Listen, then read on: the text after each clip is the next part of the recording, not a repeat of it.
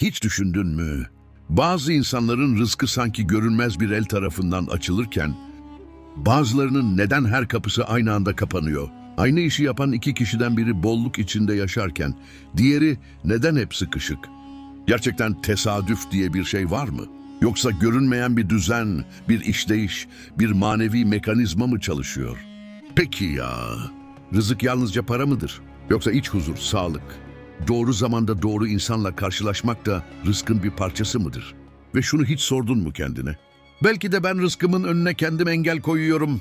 Kur'an'da rızık sadece Allah'ın elinde olan bir hakikat olarak anlatılır.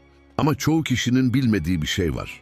Allah rızkı sebeplerle yaratır ve bazı insanlar farkında olmadan bu sebeplerin bağlantısını koparır. Asıl soru şu: rızkı açan o gizli anahtar nedir? Hangi davranış, hangi hal, hangi niyet insanın kapılarını genişletir? Ve neden aynı şeyi yapan iki kişiden biri bereketlenirken diğerinin elindekiler eriyip gider? Şimdi gel bu gizli sırrın içine girelim. Çünkü bu bilgi insanın sadece gelir kapısını değil, hayatının bütün akışını değiştirir. İslam alimleri rızkı 3 parçaya ayırır. Yazılı rızık, aranan rızık ve çekilen rızık. Yazılı rızık senin kaderinde olan rızıktır. Aranan rızık senin çalışmanla, mücadelenle elde ettiğindir. Ama asıl az bilinen, neredeyse hiç konuşulmayan 3. bölüm. Çekilen rızık, yani rızkı kendine doğru çeken manevi hal. Bu hal dışarıdan bakıldığında görünmez. Ama insanın içindeki düzen doğru olduğunda rızık da ona doğru akar. Bu tıpkı bir mıknatıs gibidir. Bazı kalpler rızkı çeker, bazıları iter. Peki bu çekimin sırrı nedir? İslam'da bu sırrın adı kalbin temizliği ve niyetin doğruluğudur. Sadece dışarıdaki iş değil, içerideki dünyanın düzeni de rızkı belirler. Kur'an'da eğer insanlar takvalı olsaydı, üzerlerine gökten ve yerden bereket kapıları açılırdı buyurulur. Buradaki bereket sadece para değil, dertlerin hafiflemesi, doğru fırsatların gelmesi, yanlış insanlardan uzaklaşmak, harcanan şeylerin geri dönmesi demektir. Rızkın akışını belirleyen en büyük manevi anahtar aslında şudur: kulun kalbini kirleten her şey rızkını da daraltır.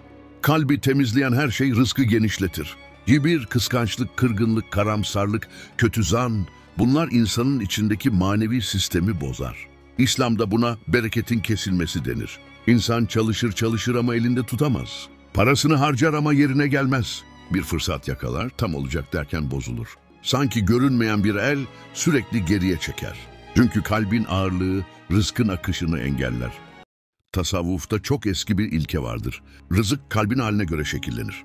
Bu yüzden bazı dervişler maddi olarak hiçbir şey yapmasalar bile rızık kapılarının açıldığını anlatır. Sebebi şu: onların kalbinde dünya için hile, kötülük, kıskançlık, riya yoktur.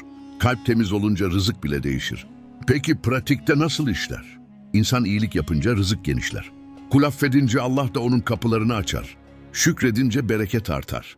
Helal hassasiyeti gösterince kazancın ruhu güzelleşir. Niyet temiz olunca yapılan iş az bile olsa çok görünür. İmam Gazali der ki, rızık çalışmanın değil, Allah'ın takdirine uygun davranmanın bir sonucudur. Yani mesele şu: rızık kapıları kalbinle uyumludur.